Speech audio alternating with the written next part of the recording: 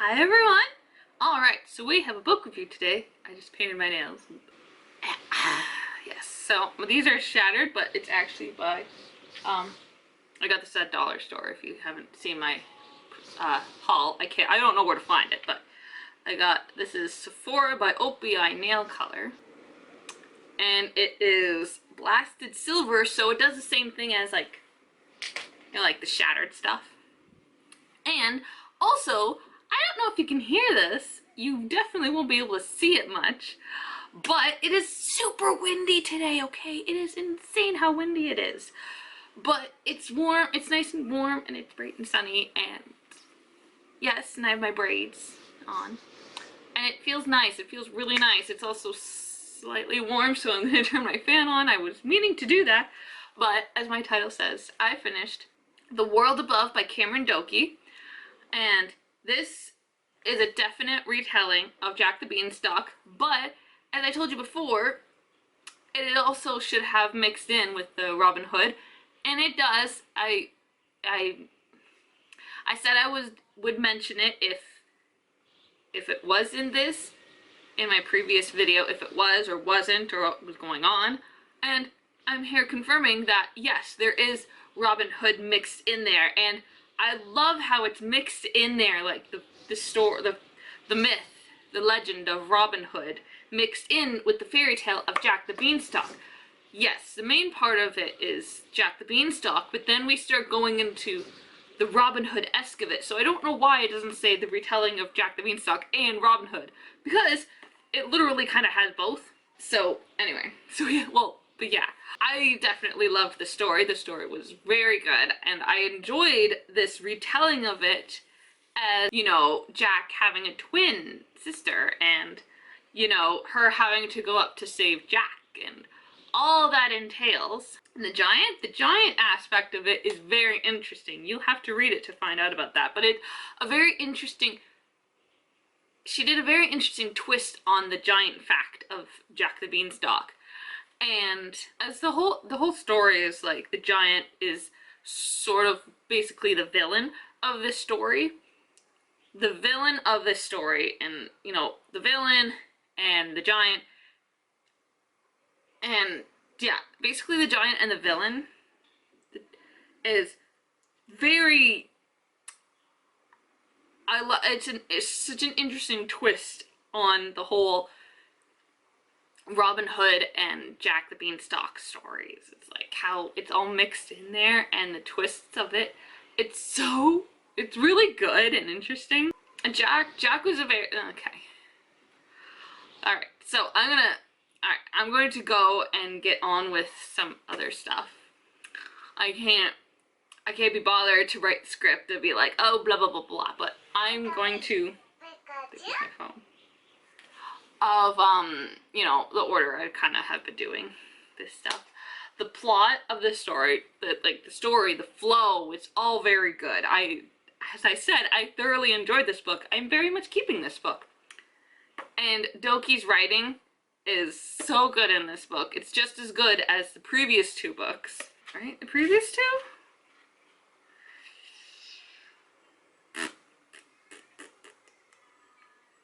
Yeah, I'm gonna say the previous two.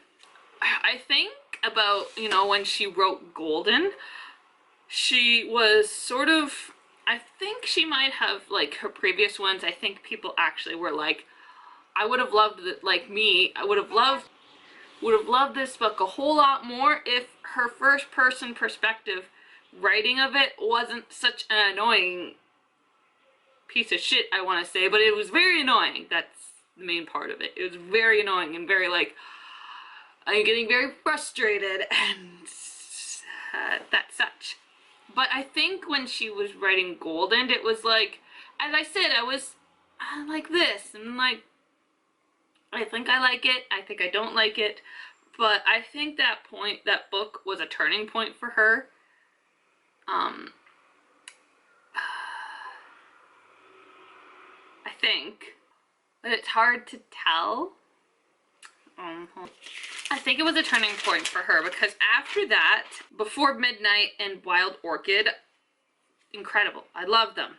And then, you know, this one, like, these 3 books that I just read in, like, the last 2 weeks, were just phenomenal. The first person perspective writing of it, just,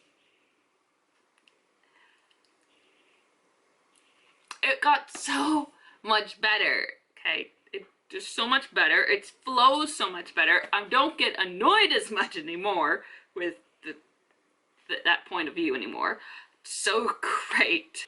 Yeah, that's all it is. It just got so great. That is the reason why I have the ability to keep these books, because I love the story and the generalnicity of her retellings of these stories and fairy tales and such. But, you know, I was getting so pissed off and annoyed by the fact of the first person perspective writing of it. That part was like, you have ruined this book for me that I can't keep anymore because of that. But the last 3 books, I love them right now. Alright, so Jack, we're gonna go with Jack, as he's, you know, Jack of the Beanstalk. He's supposed to be the head of the story, but, you know, it's Jen in this retelling. But Jack is a very, he's a very happy-go-lucky kind of guy, and he just basically kind of flies off his own handle and just, you know, go and all that such, and be like, apparently if he has a secret, he has a very hard time keeping it, and so but this is before, you know, he finds the magic beans and all that such. He was very interesting. You don't get to see him much and interact with him much until, like, the last 4 chapters, roughly. There's 24 chapters in this book, and that includes the prologue and the epilogue. So 25 chapters. So we got 23 actual chapters. And I've never had 23 actual chapters. I've only ever had like 19 roughly, or like 20-ish. Never had like 25 in total chapters. But yes, in the last like 5 chapters, 6 to 5 chapters is when you actually get to interact with him a lot. It was the same thing in the beginning, like you interact, like the main bulk of the story, like this section here that's loose, is mainly all about Jen. So getting to Jen, she's a very kind of like no-nonsense person. She's the elder of the 2 twins by 5 minutes, as we'll find out. She's not a very fanciful, whimsical kind of character. That was left for her brother. And it says here, Jen is skeptical, but adventurous Jack believes the story. So she says, what her mother would say is because that she was born first, the 5 minutes before her brother, and because, bleh. How do I say this? She says it like she feels more tied to the world below rather than to the world above, like her brother is, because she kind of says it's because she was born 5 minutes earlier, so she's more tied to the world below and all that such. But she does grow, and I like it. That last sentence on the back here is just, it didn't make sense. And it still doesn't, make sense. But the twins were a very good story. Very good. Their parents, you mostly get to interact with their parents. Their father is dead, as most stories go. Jack and Beanstalk. They were very real. Well, apparently their father. Now, I don't want to say anything about their father, because, yeah, I'm not going to say anything about their father, but their mother is a really sweet person, and I really like her. I've never really attached to any of these characters, not all of them. She was a really sweet character, and very genuine, and she just wants to go home. Alright, who else can I talk about? Because there are not much people, yeah. But there are other characters that you meet in this book, like a lot of other characters. There's like 5 additional characters that are like prevalent, important main characters to the story. And you just grow to kind of like them. Even the villain has like, you enjoy kind of like disliking him. Yeah. And I can't really say much more because, you know, I'd be spoiling who they are and giving their names away, and you don't really have that here, and it's not in, like, the first 5 chapters. Well, one of them is.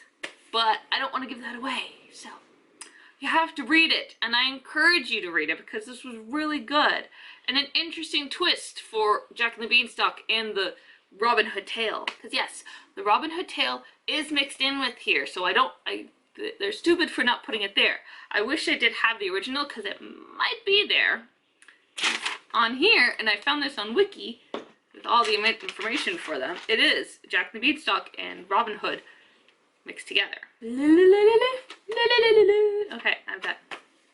I will have all of my Once Upon a Time retellings down in the doobly-doo below. And I actually have just been reading over this and reading over the books that they have here. I have no idea if that's in focus because, like, I've got sunlight here and then shadow there, so I don't know. Now I'm in all that bright sunlight. But anyway, I did read Winter's Child, and then, as I said, it'll be down below. But Winter's Child is a Cameron Dokey book. And apparently I did not like it because I X'd it here and I don't own it. And I did read this cover. I borrowed it from the library. And I did that. I wanted to do that as much as possible, to read them from the library. And then if I did like them, I would buy them. But if I didn't like them, I wouldn't be wasting my monies. But, well, that didn't really happen. The library didn't have them, and I didn't think to do, like, interlibrary loan. So I just bought the ones that I didn't own. But it's kind of good because, you know, I now own. I don't have to wait to, you know, go buy these. As pretty much. So yeah, I still have a bunch more. I've got, let me count. I've got 3 to at least, no, I think I've already done this, but I have 3 to reread, 5 that I have not read at all. And all of them are going to have to wait because the next one is not till H. Because the next book I have to read is Spirited by Nancy Holder, and that is a retelling of Last of the Mohicans and Beauty and the Beast. See, I'm going to read mixed retelling. And it might not even say that on there, but I believe I have an original cover. Anyway, but yeah. Yes. That will be my next Once Upon a Time retelling book, but that's not till H, and I'm still working on D. Yes, and I still have a nice big pile of D's right there at the end. So, yes. My next book I'm going to be reading is, the one I said in the previous video, is the last of my Dokey books, as this was my last Dokey retelling book. This is my official last Dokey book. It even says author of The Storyteller's Daughter and Beauty Sleep at the top, but this is a reread for me, but it is new for you, is How Not to Spend Your Senior Year. Who says a ghost can't run for prom queen? And I bought this book because I thoroughly enjoyed this book. It was quite funny, if I remember it. But it's been a while since I read this book, so hopefully I still really like it. I'm sure I will, because, yeah, I reread Beauty Sleep, and I'm keeping that, and I enjoyed it. So, I'm going to read the back here. Rule number 1. If at all possible, don't pretend to be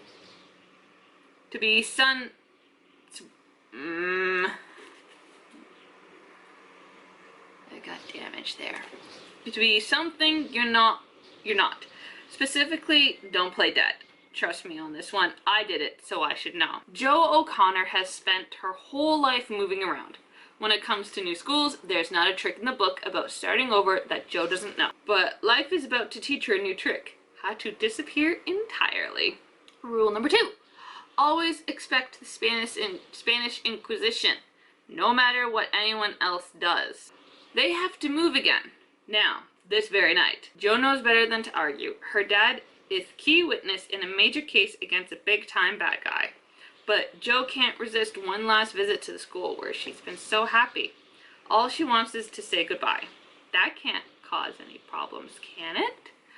Rule number 3, never assume you can predict the future. Now Jo's one last visit had landed her smack in the middle of a ghost story, specifically her own. By the time it's over, she'll have a whole new set of rules about what's real, what's make-believe, and most of all, what's important. And I like that this is nice and thick. And oh my god! I forgot to talk about the romance in this book, because what? There's always a romance in this book.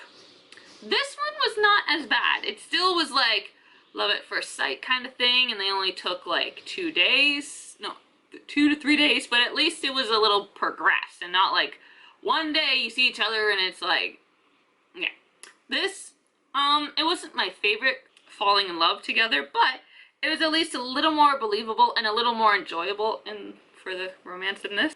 I'm going to enjoy this book, hopefully, but I still have to read it, and I can't remember a lot of things, but this, it makes me feel a little nostalgic like. Yeah. So, yes, this is my next book I'm going to be reading. I still don't have my interlibrary loan. I'm still waiting on that. So yes, this is the end of my book review. I hope you liked it. If you did, please hit that hit the like button down there, and you can leave comments down below if you read this book, if you enjoyed it. Just try not to leave obvious spoilers, but yeah, so yeah. And just don't be nasty in the comments, because we do not need nastiness in the world, okay? We don't need it. And what else?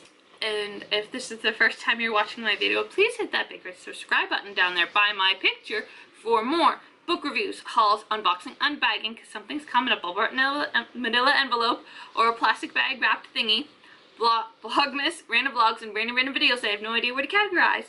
Alright, so I'm gonna go put this away in my bookshelf. I thoroughly enjoy putting books in my bookshelf because it's enjoyable.